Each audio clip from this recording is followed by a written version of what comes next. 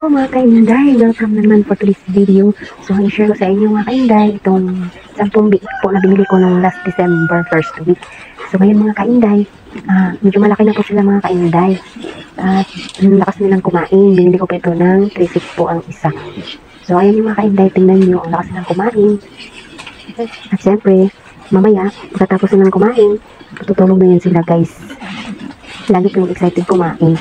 So, ayan yun guys, tingnan nyo. Ayan po sila, matutulog.